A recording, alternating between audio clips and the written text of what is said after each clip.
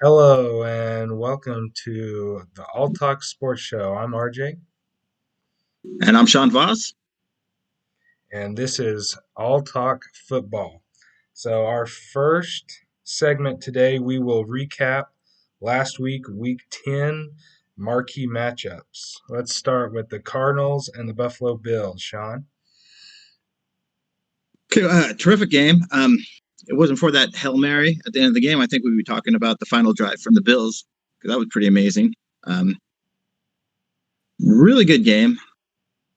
I was watching the Talking Heads the next morning, and there seemed to be two school of thoughts on that last play.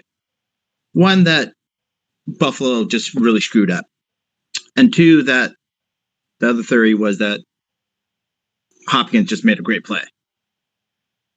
I'm from the school of thought that Hopkins just a great player who made a great play. I'm not sure there's much Buffalo could have done different to stop that. What about you? No, I think there were three or four guys playing on the ball Yeah, on the defense. So there's not much more you can do.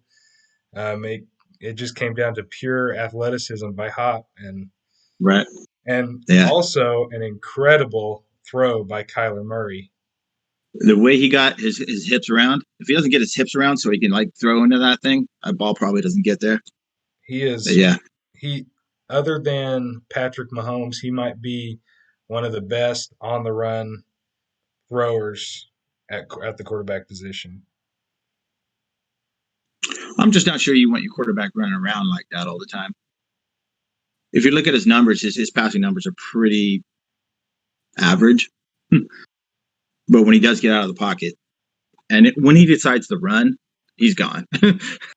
He's got lightning He's speed. not there anymore. No, um, I think um, I think he hopped in. I think he hopped into the top four in the MVP race after that game. That's Um, interesting. I have a question for you later regarding the MVP, but let's continue. yeah, all right. So what about Rams Seahawks? Rams took that one. So the Seahawks, Russell Wilson started out red hot. He's an MVP candidate. Last four games, he's really fallen off. Uh, Not much around him. He's throwing a lot of interception. Jalen Ramsey was covering Metcalf pretty well. uh, that's a race over there. Three teams tied for first place. I didn't get a chance to watch the game personally, but it looked like the Rams just had their number. You know, I really feel bad because the Seahawks, other than their receiver core and Wilson, of course, they're pretty weak on the Yeah, offensive line is struggling really bad, and their defense has had so many problems over the past yeah. few weeks.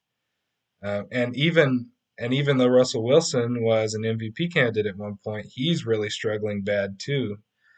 I really don't even know what to think of the Seahawks anymore, to be honest with you. That's why. Is it tomorrow's game? Yeah, it's Seahawks and Cardinals. Yeah, Yeah, yeah. I'm anxious to watch that one. I haven't got a chance to watch Murray much this year. And yeah, the Seahawks, you don't know it. The defense is horrible. I don't have a running game. Russell Wilson, the last four games, has thrown 10 interceptions and 10 touchdowns. That's not a good ratio. that's pretty bad. Um, Yeah. all right, so I think I don't know that's a pretty hard one to talking about Seahawks Cardinals. That's a pretty hard one to debate since you just don't know which Russell Wilson's going to show up. Exactly. Yeah. So Ravens Patriots last week.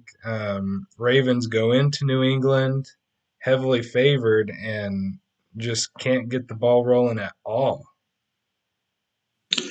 I was looking at that game. I just knew Belichick was going to come up with a scheme to stop Lamar Jackson. He's Lamar Jackson. He can't throw the out route. He just can't. You can't throw a ball outside the numbers. There's going to be bad weather. And even though New England's defense has struggled mightily this year, you just had a feeling that Belichick was going to devise something that was going to take the inside away from Jackson. And bad weather, plus he can't throw the out. I had a feeling if I could bet on the Patriots, it's just dirty money to me because I hate the Patriots. I would have bet a lot of money on that game, but it just wouldn't have felt right. Would have felt dirty. I I I know that Cam Newton has been struggling a lot lately, but and even though they only scored what was it 23 points or something like that, I still want to give a little bit of credit to the New England offense uh, for out. I mean, the Ravens offense, they're they're giddy up and go, and with Marquise Brown, Lamar Jackson, and Haskins, they have a nice offense there. So I give a lot of credit to Cam Newton, who's been struggling over the past weeks, found a way to put some points on the board this week. He had that COVID. He was rolling along rather well before he got the COVID. He hasn't been the same since, but he did get nice against Baltimore. But I think what's happening with Baltimore, when we get a little bit into Baltimore struggles, is there was an article last week that came out where Lamar Jackson was doing a talk show, and he was complaining about the lack of imagination on the offensive play calling, saying that opposing defenses were calling out plays, at the line of scrimmage right before the snap of the ball. And the insinuation was the offensive coordinator was lacking imagination. Well, this is the same offensive coordinator that last year where they had the number one offense. What I think is going on, and this is the question I would ask to you, do you think it's a lack of imagination on the offensive coordinator's part, or do you think it's the fact that Lamar Jackson can't throw the out ball that's limiting the plays they can call? Because he can't throw the out ball. Well, to be honest with you, there's a possibility of both.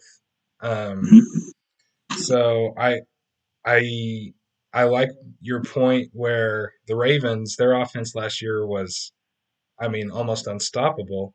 But I look, teams start to learn, and Exactly. one of the biggest one of the biggest jobs of an offensive coordinator is being able to change your plays up and being able Adapt. to make it not readable. And Mm-hmm. so while while Lamar Jackson does struggle on that out route, I do think it's up to the offensive coordinator to change plays up a little bit. We saw the same thing in San Francisco a few years ago when their uh, their offense with Colin Kaepernick just exploded, and then all of a sudden next year after that they're barely even not even a playoff team. And so I think it comes down to offensive coordinators just needing to find new schemes. That's a good point. I do think defenses figure quarterback. Look at Nick's numbers. Passing, he was a pretty average passer too. The quarterbacks that can stay in the pocket, the quarterback's got to pass from the pocket sooner or later. If they're running quarterback, defenses are going to dissect that. They're going to put a spy on you, and they're going to shut you down, they're going to take a big hit and not be the same quarterback. So that's my big problem with Lamar Jackson. Is I think teams are starting to figure him out. And the Steelers last year, he's had his two worst games against the Steelers, and it's the out route. It really is. So defenses are just going to pack it in the middle. Anyways, that was my little Lamar Jackson thing. Yeah, I did like that point of debate, but I do think it has a little bit of both. It a little bit on Lamar Jackson, a little bit on play calling. I do Um, agree that offense coordinators need to be a little more imaginative. so last bit of recap for last week. Drew Brees, the the big one. Um, what does this mean for the New Orleans Saints in your eye? Well, man, I was really liking the Saints and their feel, especially after they took it to the Tampa Bay Buccaneers. I really enjoyed that. um, they have Winston and they have Hill Yep. in backup. Yep. Winston, he can throw the long ball. He can get you some touchdowns, but he's going to turn it over. He's a turnover machine. Hmm. So they have a lot of playmakers still on offense. I think they'll be okay. A lot depends on today. Breeze is having another MRI. Um, they'll have a better grasp on how long he's going to be out. But punctured lung and 4 cracked ribs. That's I don't think he's coming back anytime soon. And we'll get into this a little bit later on, but originally, or I mean, before his injury, I was bought into the Saints to the Super Bowl, and Oh wow! now that he's down, that's made me rethink my position on the NFC a little bit. But I really don't know how comfortable I am with Jameis Winston at I, quarterback. I yeah, I wouldn't be comfortable at all. Like I said, it's high risk, high reward. He'll throw some nice long balls, but Do you if he's a if tuner. if you're the coach of the New Orleans Saints, do you go with ball protection and go with Hill, or do you put your faith in your receivers like Michael Thomas and Kamara and go with Jameis Winston? As much as I hate to say this, I would go with Winston. Just and maybe he can buy you a couple games, because you really just need to hold on. 7-2, they own the tiebreaker against the Bucks. They're currently have the number 2 seed in the NFC. I just got to buy a couple of games. Maybe breezes out a month. Maybe try and go 2-2. Yeah, Hill, I don't think is ready. You know, yeah, I think he mix Hill in a lot more. yeah, I think running a two quarterback system is probably something I would do. Yeah. Um, Putting Hill in red zone situations might work out quite nicely. All right, so now that leads to next week, or this week, I guess. First game Tomorrow. I want to talk about. First game I want to talk about Rams Bucks. Bucks are favored by 4. Um, what are you looking at? Rams defense is really, really playing well these last few games. The Bucks they're loaded. There's no reason why that team should be losing any games. They have a good defense. They have good running backs. They have great wide receivers. They have Brady. Why have they lost 3 games? I don't know. And not What do only you, have they lost 3 games, I mean one of those they got smacked around by the Chicago Bears, a team that's average yeah. at best, Mm-hmm. and the other two were both to New Orleans, but they were pretty large losses to New Orleans. Mm-hmm. Um, I, I I would not go with the Bucks. I would not go with the Bucks this week. I don't with the problems Is it that at the Tampa Bucks Bay? It's at offense. Tampa Bay, isn't it? I think so. I still trust the Yeah. Rams defense with how I much think I they agree on handle. that. I think I would take the Rams in 4 on that. They handled the Seahawks, which we already talked about the Seahawks, but the Seahawks and the Bucks are not far apart. I mean, the Seahawks are having their struggles, and the Bucks are. I mean, it depends on who decides to show up that day. So Yeah. if if Goff can have himself a good game, I don't see why the Rams can't not only beat the spread but actually take Yeah. Tampa Went Bay. out right. Yeah. So next game I'd like to talk about. How about Falcons Saints? New Orleans favored by 5. You know what? I have been writing Atlanta for the last like month or so. They've been covering the spread, and they've lost what 4 games in the last few minutes. Yeah. They're a much better team than the record indicates, and they're still fighting right now. They're still playing football. I think they won 3 in a row, at least 2. Um, man, I've been very pro Atlanta Falcons. As much as I like the Saints, they're going to be dealing with another quarterback. I might be inclined to take Atlanta in that game. Todd Gurley's a beast. Yeah, I've If it wasn't for obviously Henry in Tennessee, Todd Gurley probably the most talented running back in the NFL. Um, the dude from the and Vikings is pretty good. yeah, Cook. I was watching Monday Night Yeah, Football, yeah, I was too. and man, the Bears did a good job defending him. They really did. He got nothing. But No, not at I'm all. sorry, I interrupted you. No, you're fine. You're fine. That's a. But I think I don't I trust I don't trust Jamie Swinston, and Yeah, I think that's who they're going to pick to start. I So do too. Yeah, I'm with you. I take the Falcons.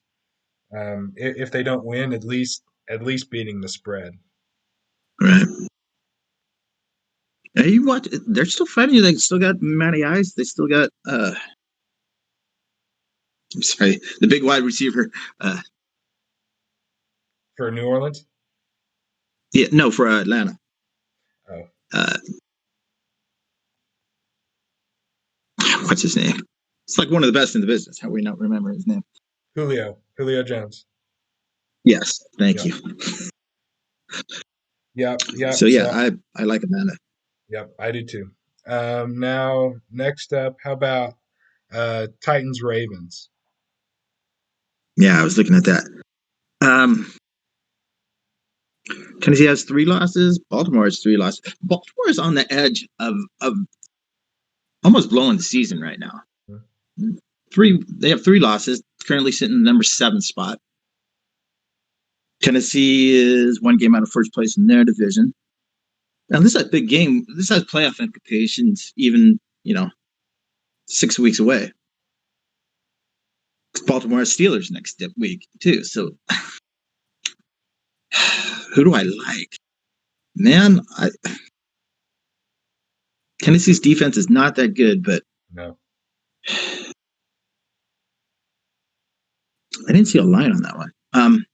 Minus 6.5 for Baltimore. Yeah. Baltimore's -6.5.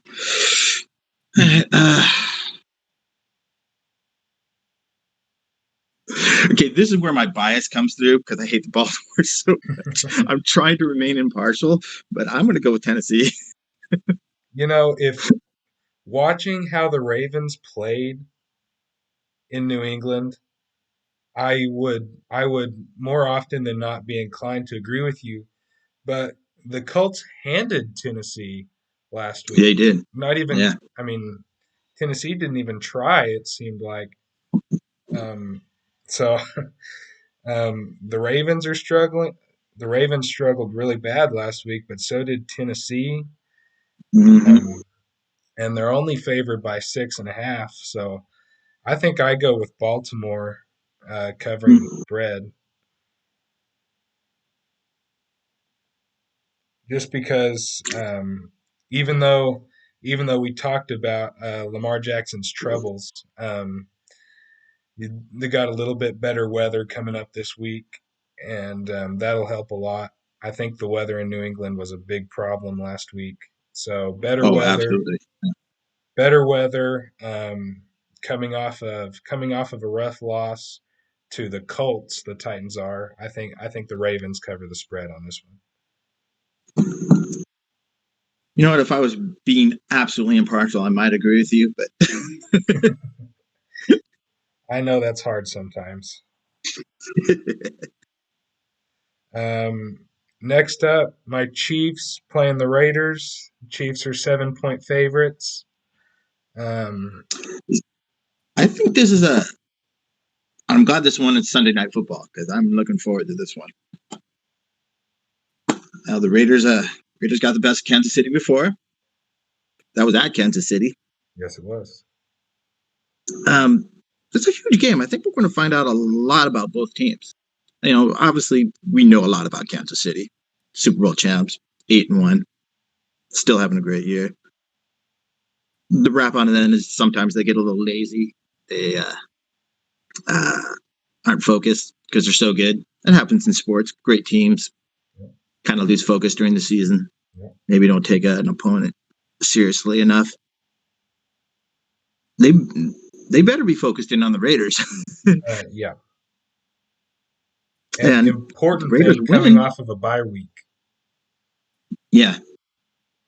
Um, the Raiders win. They're one game behind Kansas City in the division, and they own the tiebreaker. So it's a big game. I got to believe that Kansas City is going to be locked in, wanting to avenge that loss. Coming off a bye week, Andrew Reid is really good. I forget the numbers on him, but he doesn't usually lose after a bye week. What do you think? Being as unbiased as possible, the I mean the Chiefs' offensive firepower is just crazy, just Yeah, absolutely ridiculous. How many weapons they have. yeah. Adding, I didn't think I would like adding Le'Veon Bell, but I Don't really get me started. all of a sudden, I like to watch Le'Veon Bell. Um, and the Chiefs' defense has struggled this season compared to last season. Um, lost a couple key defensive players, not many, but just a couple major role players. But I think, like I pointed out earlier, the most important thing is that coming off of the bye week, they've had 2 weeks to prepare for the Raiders, Yeah. which they've already lost to. So I think that bye week plays a big role in a Kansas City covering the spread.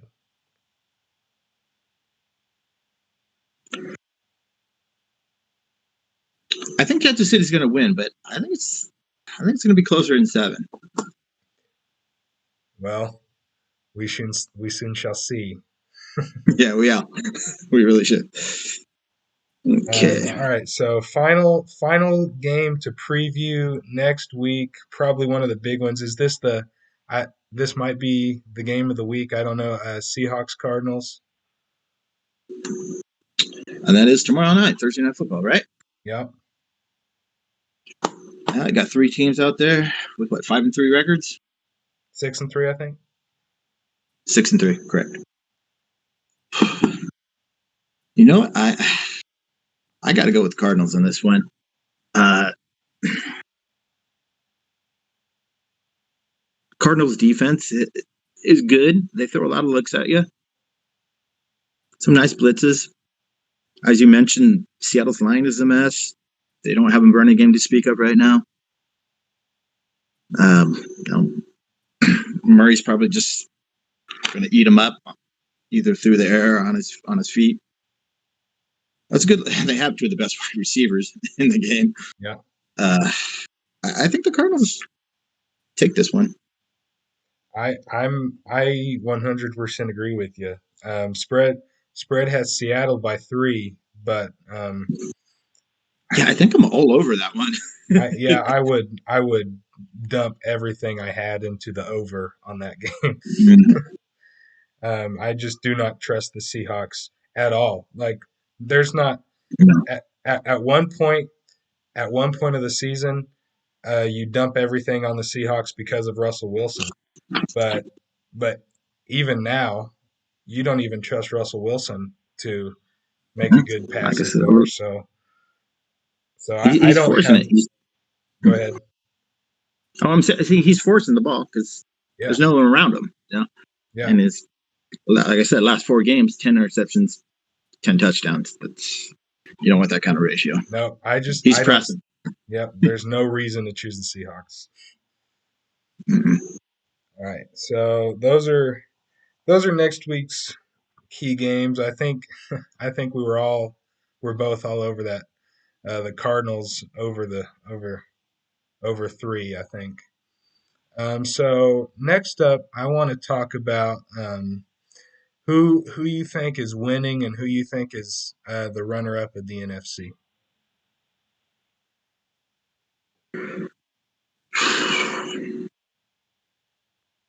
It's a interesting, pretty interesting teams, really. Uh, Green Bay's currently number one. Got the Saints number two. I don't trust Green Bay at this point. They're kind of like Tampa Bay. You don't know who's going to show up. And New Orleans, they have quarterback problems. It kills me that Philly's number 4 in the conference. I feel like we shouldn't even talk about the NFC East until somebody has a winning record. Oh yeah, that that that might be something to look into. You can't make the playoffs unless you have a winning record. I, they joke about it a lot over the last few years, but I think it's time to get serious about it. I agree. Yeah. So who? I think the top 2 teams are still going to be Green Bay and New Orleans. I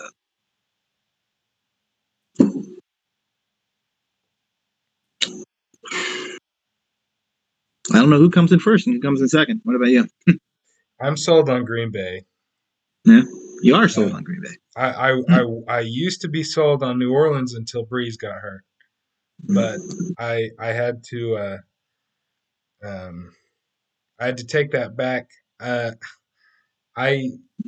I've said this before, and I just cannot stress enough how bad Jameis Winston played last year.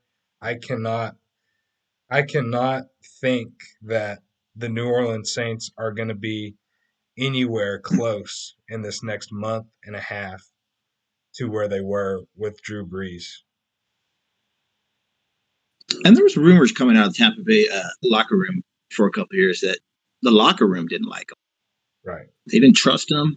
Mm. I get a sense. I've been around a lot of liars in my life. I get a sense that guy is just a first class BSer, man. He smiles and he tells you what you want to hear. But he can just tell in his eyes he ain't telling the truth. And so I think for a team, you have to trust your quarterback. There has to be a level of trust. And if you don't like the guy or trust the guy, that's a problem. Yeah. Yeah, it is, and that's just adding to the list of why I just cannot choose a Jameis Winston led team. I just can't do it. So and and then of course the Seahawks, I I really liked them to start the season, but gosh, they're so I mean, they're so off and on, and I the Cardinals are really good, but they're young. I don't know if well, they're not young, but their quarterback's really young. Yeah, I don't know if I trust Kyler Murray deep in the playoffs. So that's why I go exactly what I with was going to say. Yeah. yeah, that's why I go with Green Bay. Go with old faithful Aaron Rodgers to carry Green Bay to the NFC Championship. That is not a bad way to go. That guy's carried that team. There's been some horrible rosters in Green Bay over the last few years, and somehow that guy wills them to the playoffs every year. And he's actually got a pretty good team around him this year. So, but they've laid a couple of eggs, man, this Yeah, year. they their defense isn't great by any means. They don't even have an interception per game. But it all goes back to Aaron Rodgers. He doesn't fumble the ball. He doesn't throw many interceptions, Yeah, and he's leading Green Bay to the third best scoring offense in the league behind yeah, they're lighting it up. Seattle and Kansas City. So their offense is rolling right now, and so I that's why I'm inclined to go with Green Bay. I don't know if I swayed you any, but um, I think you made Good argument. I'll go with Green Bay as well. All right. So now here's the big one. Right. What do you think about the AFC? Well, I'm going to go from 7-1 here. Baltimore, we already talked about their troubles. Miami, what, they won 5 in a row now? They're Maybe tearing it 6. up. I think of 5. Uh, I don't know if I trust Tua yet. Yeah, he's still young, but they have a good team around him. Uh, and then you have Las Vegas. We'll know a lot more about them after Sunday. Colts, they have a good team. They could give somebody trouble. Bills, I don't. They're the number 3 seed. I don't think they'll be the number 3 seed by the end of the season. And then you got Kansas City and Pittsburgh. Even though, and this is me being impartial, by the way. Even though the Steelers are undefeated and Kansas City has one loss, I still got to put Kansas City, at the top of the conference right now. I do think the Steelers are suited to beat them if somebody can beat them. They have a superior defense. The offense is sneaky good, man. They have some weapons as well. And Ben's having a great year. He looks really comfortable back there. But until you knock off KC, or they start having real problems, I got to put them at the top of the conference. Yeah, Ben Roethlisberger, another one of those dark horses that I put with Kyler Murray. Interesting. Go ahead. I did. Well, I really like the Steelers. I really like the Steelers in most every game except for Kansas City, just because the Steelers I mean they don't play scrubs, but they just they haven't played an offense like Kansas City's yet, and There are a lot of those out there. exactly, and while the Pittsburgh defense is really good, I just don't I if I pretend I'm not a Chiefs fan right now, and I'm a fan of I'm a fan of any other team in the league, I would not trust any defense over the Kansas City offense any day. Okay, fair enough. But do you think the defense can slow them down enough? And do you think Kansas City's defense is good enough to slow down the Steelers enough? Because that's what you get. You get Kansas City's offense, which is better than Steelers' offense. But you also got Steelers' defense, which is better than Kansas City's defense. Way better. Yeah, I don't know. It just do you know where the Steelers are? The Steelers top 10 in total offense? I did not research that. That's one of the things. I didn't either, but I the Steelers are not big play Steelers. They're reliable. They're reliable medium passes and a decent run game. Um, so no, I just don't see them eclipsing Kansas City's offense. Well, It would be a good game though. Yeah, and hopefully we get to see it. AFC Championship. But if I could throw something at you right now on the topic, because I did, since you brought up MVP candidates, I woke up Monday morning and was watching the highlights, and it occurred to me no one's mentioning Roethlisberger in the MVP candidate race. No one. And so I started thinking to myself, and usually by this time of year, there's like 2 or 3 guys that are like head and shoulders above the rest. You can say those are going to be, the MVP. I don't see like any guy who's head and shoulders above the rest right now. I think if you give it out today, it's Mahomes. Yep. So if you go on that premise that Mahomes would be the MVP today, Let me throw a couple of numbers at you that might press pause. I'm just giving it to him right now. So I did a little QB comparison between Ben and Patrick.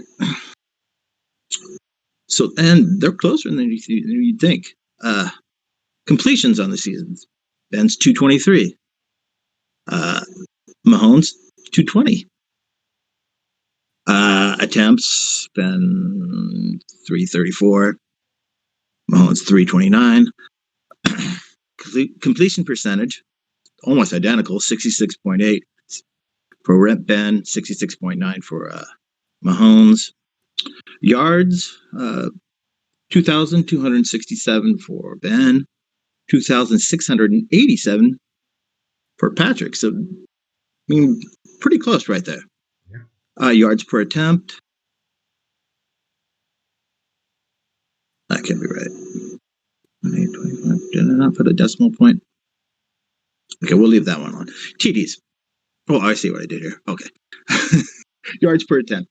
6.8 for Ben, 8.2 for Patrick. TDs, pretty close again.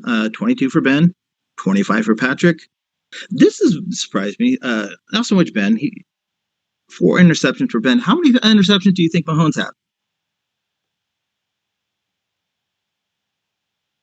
Only a couple. Not even that many. He has 1, Yeah. which is pretty amazing. Yeah. That's the one that really sticks out at me. Ben's been sacked 10 times, Mahomes 12. But then you have the overall record. So that's a pretty even race. If you just go on the premise that you're going to hand it to Patrick at this point, Ben's got to be in that conversation. I'm not saying Ben wins it, but those numbers pretty close. Yeah, my MVP race is I have a lot of dark horses. So obviously I'm going Patrick Mahomes number one, but I actually like Ben Roethlisberger number two, and I talked about this earlier. Kyler Murray at number four. Um, I I was liking Drew Brees at three until he went down, and you just Yeah, go that's you know what? Yeah, being out for a month. You can't win MVP missing so many no, games. So one, two, three. I have Mahomes, Roethlisberger, Murray just on my personal list. But yeah, I do credit the success of the Steelers to Ben Roethlisberger. Just looking at last year, the Steelers struggled last year, and that was because they just couldn't have Ben. I mean, they just didn't have him pretty much at all last they year. still they still went 8-8 and was 1 win away from being in the playoffs, Yeah. which is a credit to the defense, really. But But now, yeah, I mean, we're halfway through the season and they are already have more wins than they did last year. yeah, they do. And so I credit it all to Ben Roethlisberger.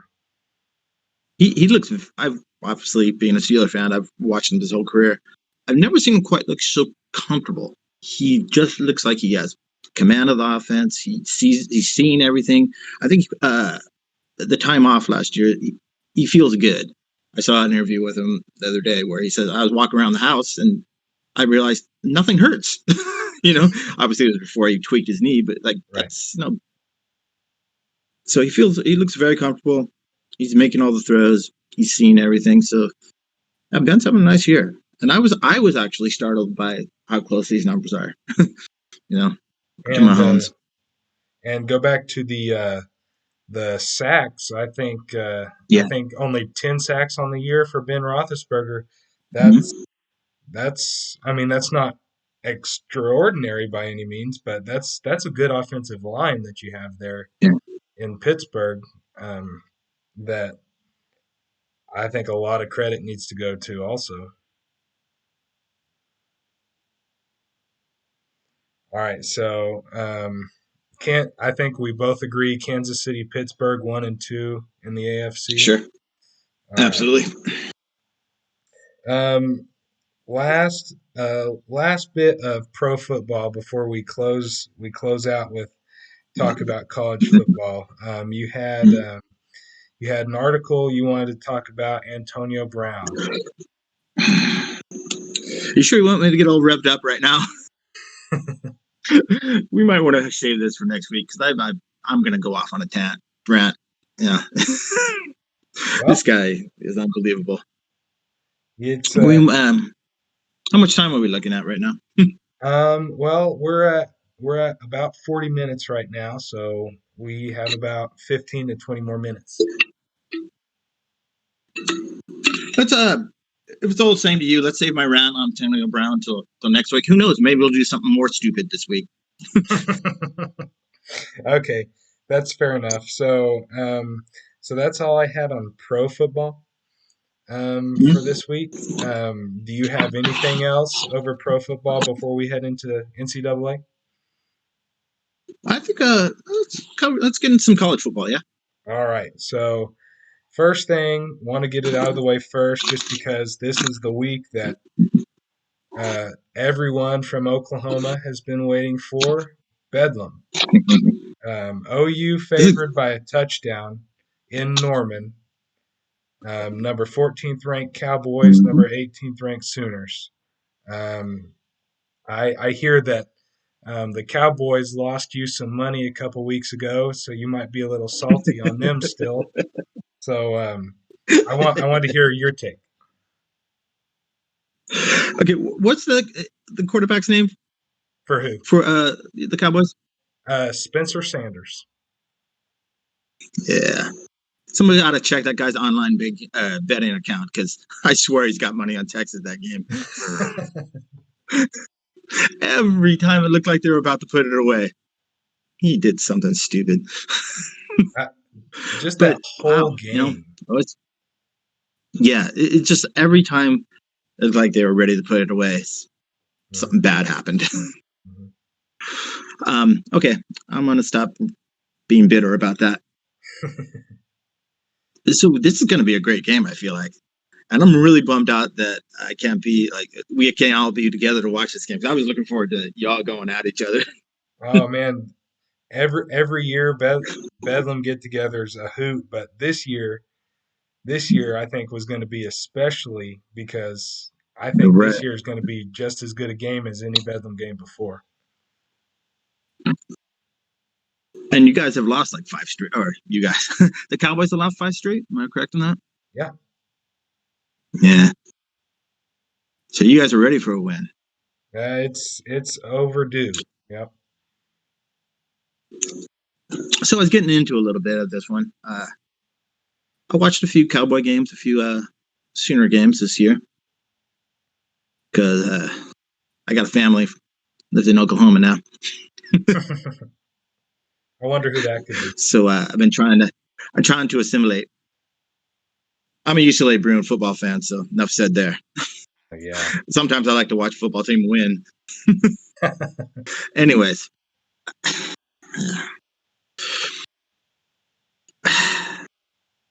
you see, I wanted to root for your Cowboys just because they haven't won in a while, and I got underdog. And I think I love defenses. You guys have great defense. That quarterback is high risk, high reward. You guys have a lot of offensive weapons. The Sooners have been lighting it up lately, though, haven't they? Yes, they have. They're rolling. Uh, is it four straight? Four straight wins, I think. Spencer Rattler has, I think, ever since getting benched in that Texas game, just kind of realized that, football, especially being at a quarterback position, it's equally as important to settle down in the pocket and just watch and make the make the correct play, not the big play. All right. And that's something that Spencer Rattler has figured out that I think Spencer Sanders has yet to figure out. I would agree. He holds the ball too long, trying to get a big play. Mhm. He forces it every now and then. But yeah, Rattler, wow. Yeah, they're putting up some startling numbers. But I do like the Cowboys defense, man. They play well. They're going to keep him in. So I think a lot of it comes down to Sanders. Yeah, yeah. It if if he can if he can hold himself to, you know, one, I mean, preferably zero, but even one turnover in that game, uh, maybe maybe Oklahoma State can pull it out if he can keep his turnovers to one or none. But that was the problem. That Texas game, he was responsible of three of the four Oklahoma State turnovers, Right. and you just you can't do that. You just can't No. do that and win a football game. You just can't do it. Yeah. But that goes back to But the that's going to. defense. Defense, we had four turnovers on offense and still forced overtime. Mm, So it'll be a close one just because of the defense. And you're right. If Spencer Sanders has two or three turnovers, I think OU takes it. But I think if Spencer can control the ball a little bit better, maybe make a few better decisions than what he has in the past, Oklahoma State has just as good a shot as OU does. from a personal fan, I my in-laws are probably not going to be happy with my pick, but I'm going to go with the upset, man. I'm going to go with, even though they burned me on that parlay a couple of weeks ago. I think Sanders holds on to the ball. I think he steps up and OU's or OSU's defense rises to the occasion as well. Well, I have It's not just been because I want to stay on the show. I have, well, let me tell you, I've been against Nana and Uncle Mike pretty much every bedlam in my entire life now, and they haven't kicked me out yet. So I don't. I think you should be fine. I think you'll be just fine going with them. I'm just not confident. I I know it's kind of sacrilegious, obviously, repping the repping the boys all this week. I have to. This is the biggest week of the biggest week of the year for both Oklahoma teams. But I'm kind of going against everything I've been raised to do, and I actually have OU Wow. on this one just because I just watching him last year, watching him this year. Spencer Sanders has not grown up at all, and Mm. when it comes to the big games, that Texas game, for instance, K State, K State 2 weeks ago, he just won't hold on to the ball, and we, barely pulled out a win in Manhattan over an unranked Kansas State team, and we were heavily favored against an unranked Texas, where three of the four turnovers by Spencer Sanders. So I just go against. I don't go against my Cowboys. I go against Spencer Sanders when I choose Wow. OU. You must really not like this guy. I'm one of those people that when when Spencer Sanders was out, we had a true freshman in Shane Illingworth, and I'm one of those people that was wanting Shane to get the start over Spencer even when Spencer came back, um, and obviously that didn't happen, and I think that's why we lost to Texas. But what's done is done now. I shouldn't hold on to that for too much longer.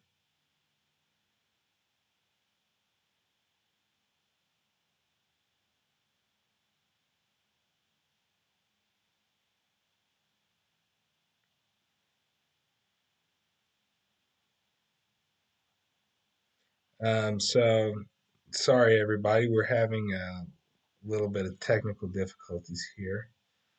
Um, hopefully, um, hopefully we'll get these figured out before too long.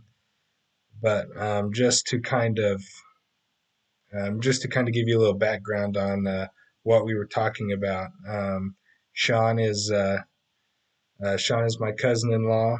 Um, my my aunt and uncle is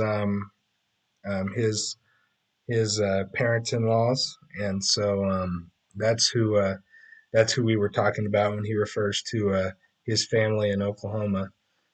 He's referring to us. Um, so that's just a little bit of background story um, while we're trying to get things figured out.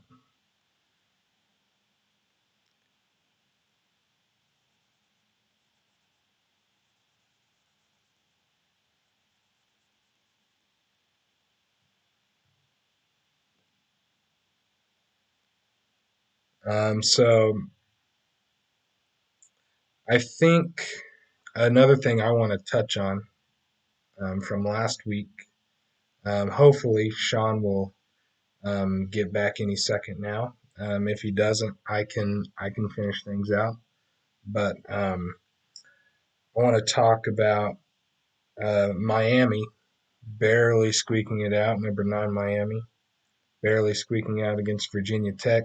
Um, they're very hit and miss this year. Their only previous loss coming to Clemson. Does Miami deserve the number nine rank in the nation? I don't know. I would have to say no. Um, Miami Miami did not get blown out by Clemson. It wasn't a great game. It wasn't down to the wire by any means, but they weren't destroyed by Clemson, so that was a good showing. But they've had a couple games in the regular season where they just barely squeaked it out against lower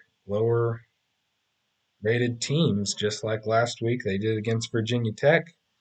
Uh, absolutely, absolutely nothing Miami could do, um, or it seemed like there was nothing they could do. Um, a, a 1 point victory against an unranked Virginia Tech team. Virginia Tech's not great this year. They've been solid in the past, not solid this year. Um, I think a ninth rank for Miami was way too high. Even now, I know they dropped a little bit because Indiana's number nine now, um, but dude, is Miami a top 15 team?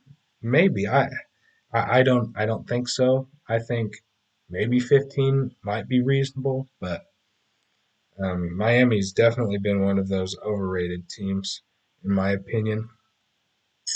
Next up, Indiana versus Ohio State. We have a top 10 matchup. Number three, Ohio State. Number nine, Indiana. In Ohio, Ohio is favored by 20 and a half in this game. That just shows you how much faith the ranking committee um, has on Indiana. A lot. Um, it should not be a close game. Ohio State's legit.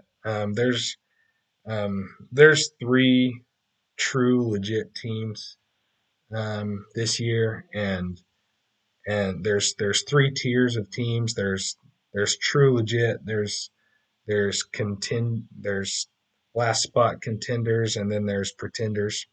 Um, Ohio State, Alabama, and Notre Dame are legit. Um, Notre Dame has struggled a couple times, especially last week. They only won by a couple touchdowns, which is, I mean, they should have won by more. That's neither here nor there, though. But a big win against Clemson. Clemson's backup quarterback is really good. Um, I don't think Trevor Lawrence being in that game would have shifted the game way too much. I think Notre Dame could have won that game even with Trevor Lawrence in. Um, and Trevor Lawrence,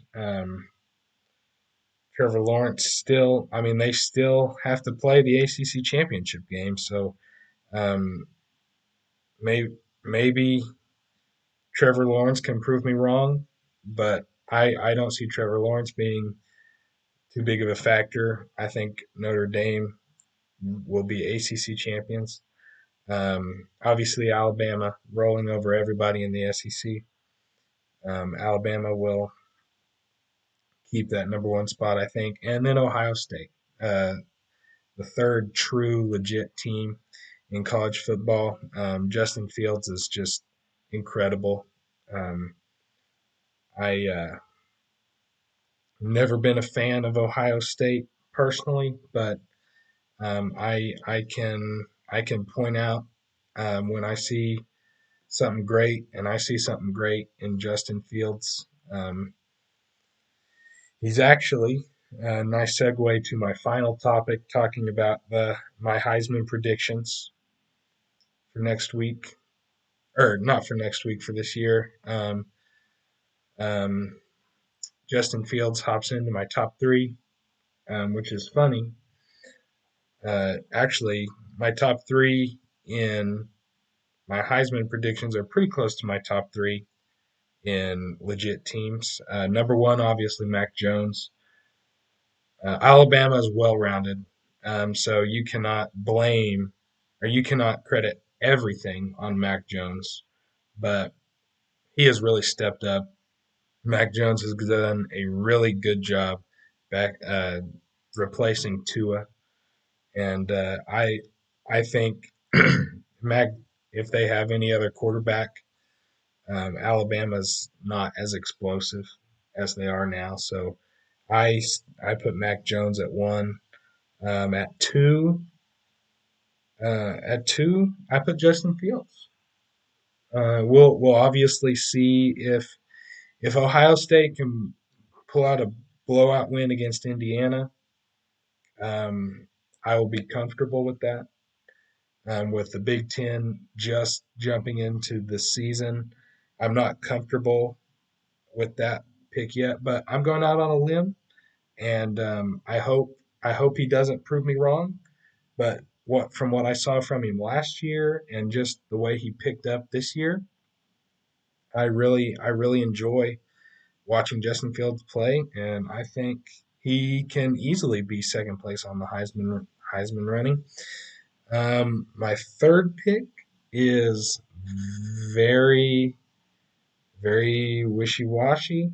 I had a lot of people in tearing up for this particular spot. I'm going with Travis Etienne. Um, the Clemson loss to Notre Dame hurts a lot, but he broke records this year, broke ACC records, Clemson records, and could has an argument easily the best running back in college football. So that's why I go Travis Etienne third over some of the other guys. So those are my Heisman predictions. Mac Jones in first, Justin Fields in second, Travis Etienne in third. I'm sorry that we had some technical difficulties next week. Hopefully, Sean won't cut out. I had a lot of fun discussing with Sean. So hopefully next week, him and I will get to talk more college football, and he won't cut out. So thank you everybody for tuning in. Please hit that subscribe button. Please hit the like button on YouTube. Um, and thank you for tuning in. We have our next show, a basketball show tomorrow, and then a basketball show on Sunday, and our next football show will be next Wednesday. So once again, thank you for tuning in. Please subscribe. Please hit that like, and have a good week.